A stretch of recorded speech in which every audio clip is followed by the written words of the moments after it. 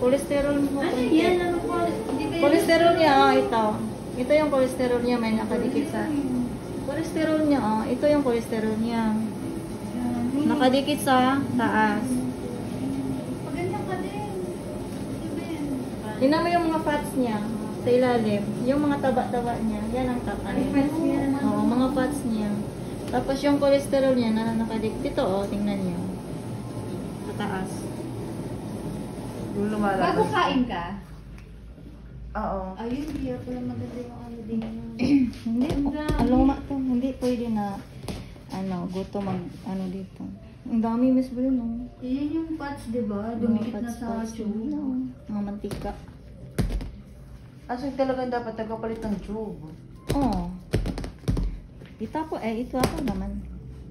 Hindi kasi dito nag-offer si Mama 1,000 daw, tapos hindi pa pala tube. Lahat na. Ikaw magamit.